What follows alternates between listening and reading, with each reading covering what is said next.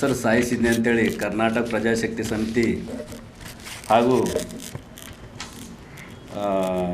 ಸಂಗಮೇಶ್ ಭಾಯಿದೊಡ್ಡಿ ಜಿಲ್ಲಾಧ್ಯಕ್ಷರು ಕರ್ನಾಟಕ ಮಾನವ ಹಕ್ಕುಗಳ ಮತ್ತು ಭ್ರಷ್ಟಾಚಾರ ನಿಗ್ರಹ ಸಮಿತಿ ವತಿಯಿಂದ ಇವತ್ತ ಸುದ್ದಿಗೋಷ್ಠಿ ಕಾರಣ ಏನಂದ್ರೆ ಬೀದರ್ ತಾಲೂಕಿನ ಜರೋಡ ಹುಬ್ಬಳ್ಳಿಯ ಉಪ ತಹಸೀಲ್ದಾರ್ ಅವರಿಗೆ ವರ್ಗಾವಣೆ ಮಾಡಿರಿ ಅಂಥೇಳಿ ಮಾನ್ಯ ತಹಸೀಲ್ದಾರ್ ಅವರಿಗೆ ಮತ್ತು ಎ ಸಿ ಅವರಿಗೆ ಮೊನ್ನೆ ಜಿಲ್ಲಾಧಿಕಾರಿಗಳಿಗೆ ಸಹ ಗಮನಕ್ಕೆ ತಂದಿದ್ದೆವು. ಆದರೂ ಕೂಡ ಇಲ್ಲಿವರೆಗೆ ಯಾವುದೋ ಒಂದು ತನಿಖೆ ಮಾಡಿಲ್ಲ ಮತ್ತು ಅವ್ರ ಮೇಲೆ ಏನು ಆ್ಯಕ್ಷನ್ ತೊಗೊಂಡಿಲ್ಲ. ಅದಕ್ಕೆ ಉದಾಹರಣೆಗೆ ಖುದ್ದಾಗಿ ಜಿಲ್ಲಾಧಿಕಾರಿಗಳಿಗೆ ನಾವೇನು ಮನವಿ ಮಾಡಿದೆವು. ಪಾಪ ವಯಸ್ಸಾಗಿನ ನಮ್ಮ ತಾಯಿ ಸಮಾನ ಹೆಣ್ಮಕ್ಳು ಬಂದಾರ, ಸರ್ ಹಿಂಗೆ ಅನ್ಯಾಯ ಮಾಡ್ತಾಯಿದ್ದಾರೆ, ದುಡ್ಡು ಕೊಟ್ಟರೆ ಮಾತ್ರ ಕೆಲಸ ಆಗ್ಲತ್ತವ, ಬಟ್ ಇವ್ರಿಗೆ ಏನರ ಆ್ಯಕ್ಷನ್ ತೊಗೋರಿ ಅಂತೇಳಿ ಹೆಣ್ಮಗಳು ಮತ್ತು ವಯಸ್ಸಾದವರು ಎಲ್ಲರೂ ಬಂದು ಹೇಳಿದ್ರು ಕೂಡ ಅವ್ರು ಇನ್ನೋವರೆಗೆ ಯಾವುದೂ ಕ್ರಮ ಕೈಗೊಂಡಿಲ್ಲ. ಅದಕ್ಕೆ ಕಾರಣ ಏನರ ಇದ್ರೆ ಸರಿಪಡಿಸ್ಕೋಬೇಕು ಅಂತಾರೆ. ಸರಿಪಡಿಸ್ಕೊಂಬಾಗಿದ್ದರ ಆ ನಾಡು ತಹಸೀಲ್ದಾರ್ ಜರಣದಾಗ ಯಾಕೆ ಇಕ್ಕ್ಯಾರ, ಅದೇ ತಹಸೀಲ್ದಾರ್ ಡೈರೆಕ್ಟ್ ಇಲ್ಲೇ ಮಾಡ್ಬೇಕು. ಅವರು ಉಚಿತವಾಗಿ ಒಂದು ಸ್ಯಾಲ್ರಿ ಎತ್ತಲತ್ತಾರ, ಅವ್ರು ನಮ್ಮ ನೌಕರಸ್ಥರು. ಅದಕ್ಕಾಗಿ ದಾಖಲಾತಿಗಳು ಏನಂದ್ರೆ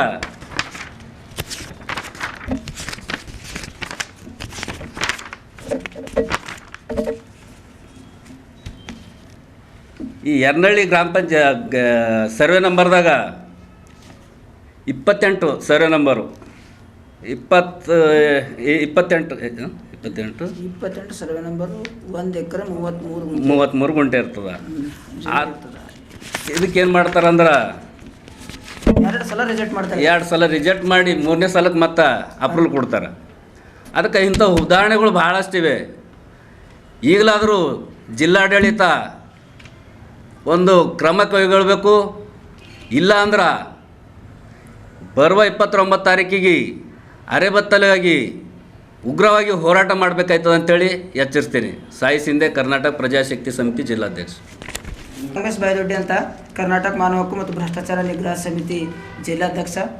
ಇವತ್ತು ಪ್ರಜಾಶಕ್ತಿ ಮತ್ತು ನಮ್ಮ ಸಂಘಟನೆ ವತಿಯಿಂದ ಇದು ಸುದ್ದಿಗೋಷ್ಠಿ ಏನಪ್ಪ ಅಂತಂದ್ರೆ, ಮಾನ್ಯ ಸಹಾಯಕ ಆಯುಕ್ತರಿಗೆ ಮತ್ತು ನಮ್ಮ ತಾಲೂಕು ತಹಸೀಲ್ದಾರ್ ಅವರಿಗೆ ದೂರು ಕೊಡ್ತೇವೆ. ಏನಂತ ದೂರು ಕೊಡ್ತೇವೆ ಅಂದ್ರೆ, ಬಡ ನಿರ್ಗತಿಕ ವಿಧವೆಯರಿಗೆ ಮತ್ತು ಸಂಧ್ಯಾ ಸುರಕ್ಷಿತ ಯೋಜನೆ ಮತ್ತು ಇದು ಇಂದಿರಾ ಗಾಂಧಿ ರಾಷ್ಟ್ರೀಯ ವೃದ್ಧಾಪ್ಯ ವೇತನಗಳು ಏನದ ಅಂದ್ರೆ ಯಾಕೆ ಸರ್ ಇವ್ರು ರಿಜೆಕ್ಟ್ ಮಾಡ್ತಾರೆ. ಮತ್ತು ಗಂಡಸತ್ತ ವಿಧವೆಯರು ಇರ್ತಾರೆ, ಡೆತ್ ಸರ್ಟಿಫಿಕೇಟ್ ನೋಡಿದ ತಕ್ಷಣ ಅವ್ರು ಅನುಮೋದನೆ ಕೊಡಬೇಕಾಗಿತ್ತು.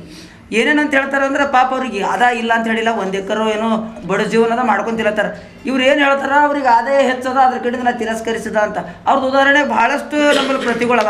ಏನಂದ್ರೆ, ಒಬ್ಬೊಬ್ಬರಿಗೆ 60 ಎಕರೆ ಹೊಲ ಇದ್ದವ್ರದ್ದು ಮಂಜೂರು ಮಾಡ್ತಾರೆ. ಇದು 1 ಎಕರೆ ಇದ್ದರು ಪಾಪ ಬಡ ವಿಧವಾ ಹೆಣ್ಮಗಳಿಗೆ ಇವರು ಸತಸಲತ್ತಾರ. ಯಾಕೆ ಸತಸಲತ್ತಾರ ಅಂದ್ರೆ, ಇದು ಮೇಲ್ನೋಟಕ್ಕೆ ನಿಮಗಾಗಲಿ ನಮಗಾಗಲಿ ಕಂಡು ಬರೋದೇನಂದ್ರೆ, ಇವ್ರು ದುಡ್ಡಿನ ಕಡೆಯಿಂದ ಟೋಟಲಾಗ ಡೈರೆಕ್ಟಾಗಿ ಇವರು ಟಾರ್ಗೆಟಿಗೆ ಅವರು ರಿಜೆಕ್ಟ್ ಮಾಡಿದ್ರೆ ಏನಾದ್ರು ದುಡ್ಡಿನ ಕೊಡ್ಲಾಕ್ ಬರ್ತಾರೋ ಅಂತ.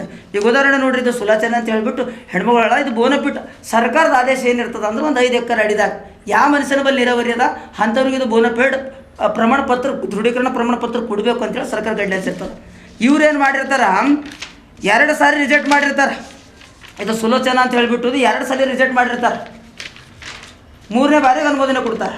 ಮತ್ತು ಇದಕ್ಕೆ ಎಷ್ಟು ಅದ ಅಂದ್ರೆ, 1 ಎಕರೆ ಖಾಲಿ 33 ಗುಂಟೆ ಜಮೀನು ಇರ್ತದೆ ಸರ್.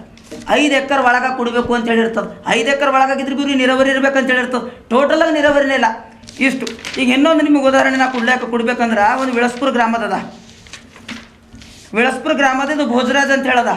ಇದರ ಸರ್ವೆ ನಂಬರ್ ಎಷ್ಟು ಅಂದ್ರೆ 32 ಅದ ರೀ. ಟೋಟಲ್ದಾಗಿ ಒಂದು ಡಾಕ್ಯುಮೆಂಟ್ಸ್ ಏನದಪ್ಪ ಅಂದ್ರೆ, ಇದು 32 ವಿಳಸ್ಪುರದು ಅಡಿದಾಗ ನೀವು ಪಾಣಿ ತೆಗ್ದಿರಂದ್ರೆ ಇದು ಇವನ ಹೆಸರಿರಲ್ಲ. ಇದು ಯಾರ ಹೆಸರಿಲಿ ಅಂತ ಹೇಳಂದ್ರೆ, ಇದು ಕಾಂಬಳಬಾಯಿ ಅಂತೇಳಿ ಅವ್ರ ಹೆಸರಲ್ಲಿ ಇದು ಪಾಣಿ ಆಗಿರ್ತದೆ. ಸೇಮ್ ಸರ್ವೆ ನಂಬರ್ ಅದ. ಸರ್ವೆ ನಂಬರ್ ಟೋಟಲ್ದಾಗಿ ಈ ಮನುಷ್ಯನ ಹೆಸರಿರೋದು, ಈ ಹೆಣ್ಮಕ್ಳ ಹೆಸರಿರ್ತದ. ಈ ಹೆಸರಿಂದ ಮೇಲೆ ಪಾಣಿ ಇವರಿಗೆ ಎಬ್ಸ್ಕೊಡ್ತಾರೆ. ಯಾಕಂದ್ರೆ ದುಡ್ಡಿನ ಭಾಳತ್ತು ಆಲೋಚನೆ ಅದ ಈ ಭ್ರಷ್ಟ ತಹಸೀಲ್ದಾರ. ಈ ತಹಸೀಲ್ದಾರನ ಮೇಲೆ ಕ್ರಮ ತಗೊಳ್ಳಿಲ್ಲ ಅಂದ್ರೆ 29ನೇ ತಾರೀಕಿಗೆ ಅರೆ ಬದಲಿ ಏನು ಉಗ್ರವಾದ ಹೋರಾಟ ಮಾಡ್ತೇವೆ ಅಂತೇಳಿ ಮಾನ್ಯ ಜಿಲ್ಲಾಧಿಕಾರಿಗಳ ಗಮನಕ್ಕೆ ನಾವು ತರ್ಲತ್ತಿದ್ದೆವು. ಸರಿಪಡಿಸ್ಕೋಬೇಕಾದ್ರೆ ಸಾರ್ವಜನಿಕ ಅಧಿಕಾರಿಗಳು ಅಂದ್ರೆ ಒಂದು ಯಾವುದೋ ಒಂದು ಪ್ರಭಾವಿ ವ್ಯಕ್ತಿಗಳಾಗಲಿ ಆಯಿತು, ಒಂದು ರಾಜಕಾರಣಿಗಳ ವ್ಯಕ್ತಿ ಆಗಲಿ ಒಂದು ಕೈಗೊಂಬೆ ಕೆಲಸ ಆಗಿ ಮಾಡೋ ಅಂಥ ಇದು ಇರಲ್ಲ. ಅವ್ರು ಏನು ಮಾಡ್ತಾರಂದ್ರೆ ಜನಸಾಮಾನ್ಯರಂದ್ರೆ ಅವ್ರ ಕಣ್ಣ ಪೂರ ಕೂದಲಿದ್ದಾಗ ಸರ್, ಜನಸಾಮಾನ್ಯರಂದ್ರೆ ಪೂರ ಅವ್ರ ಕಣ್ಣ ಕೂದಲಿದ್ದಾಗ ಎಂಥದ್ದು ಮಾಡ್ತಾರಂದ್ರೆ ಅವ್ರು ಯಾರು ರಾಜಕೀಯದವ್ರ ಯಾರು ದುಡ್ಡು ಕೊಡ್ತಾರೋ ಅಂಥ ಪ್ರಭಾವಿ ವ್ಯಕ್ತಿಗಳಿಗೆ ಮಾಡ್ತಾರೆ. ಏನು ಇವ್ರೇನ ಸರ್ಕಾರದ ಸರ್ವೆಂಟ್ ಅರನಾ ಏನು ಪ್ರಭಾವಿ ವ್ಯಕ್ತಿಗಳು ಆಳ್ಮನ್ಸರ ಅಂತ ನಮಗೆ ಪ್ರಶ್ನೆ ಆಗ್ಯದ. ಈ ಭ್ರಷ್ಟ ಅಧಿಕಾರಿಗೆ ಜನಡ ಸರ್ಕಲ್ದಿಂದ ವರ್ಗಾವಣೆ ಮಾಡ್ಬೇಕಂತೇಳಿ ನಮ್ಮ ಮನವಿ ಅದ. ಒಂದು ಹೇಳಕ್ಕೆ ನೀವು 29ನೇ ತಾರೀಕಿನ ಒಳಗಾಗಿ ಇವನ ಮೇಲೆ ಏನು ಭೀ ಕಾನೂನು ಕ್ರಮ ತಗೊಳ್ಳಿಲ್ಲ ಅಂದ್ರೆ ಅರೆ ಬತ್ತಲೆ ಅಂಬೇಡ್ಕರ್ ಸರ್ಕಲ್ನಿಂದ ಜಿಲ್ಲಾಧಿಕಾರಿಗಳ ಕಚೇರಿವರೆಗೆ ಒಂದು ಉಗ್ರವಾದ ಹೋರಾಟ ಮಾಡ್ತೀವಿ ಅಂಥೇಳಿ ಈ ಒಂದು ಮಾಧ್ಯಮದ ಮುಖಾಂತರ ಮೇಲಧಿಕಾರಿಗಳ ಗಮನಕ್ಕೆ ತರಲು ಬಯಸ್ತಾ ಇದ್ದೇನೆ. ನಮಸ್ಕಾರ. ಸಂಗಮೇಶ್ ಬಾಯ್ದೊಡ್ಡಿ ಅಂಥೇಳಿ ಕರ್ನಾಟಕ ಮಾನವ